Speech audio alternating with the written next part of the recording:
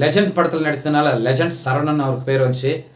இப்போ 2வது படம் வந்து ரொம்ப நாளாக கதை கேட்டு கருடன் திரைப்படத்தை இயக்கிய துரை செந்தில்குமார் கதை சொன்னார், ரொம்ப நல்லா இருக்கு, அவர் கூட தான் இப்போ ஒரு படம் வந்து பண்ணினுக்கிறேன்னு சொல்லி எக்ஸ் பக்கத்தில் வந்து படப்பிடிப்பு துவங்கிடுச்சின்னு சொல்லியிருக்கிறாரு.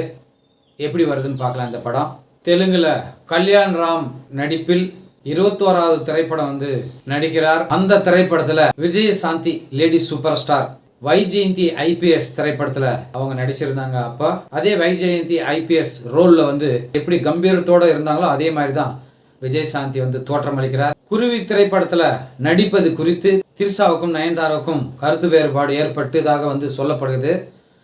ரொம்ப நாள் பேசிக்காம தான் இருந்தாங்களாம். தொழில் போட்டி இல்லை அப்படின்னு சொல்றாங்க. கண்டிப்பா தொழில் போட்டி தான் இருந்திருக்கும். நயன்தாரா என்ன சொல்லியிருக்காங்கன்னா, திரிஷா தான் என்னை வந்து பேசுறதுக்கு முதல்ல வந்து அணுகுனாங்க, சரி நானும் அதுக்கப்புறம் பேச தொடங்கினோம் அப்படின்னு வந்து நயன்தாரா சொல்லியிருக்காங்க.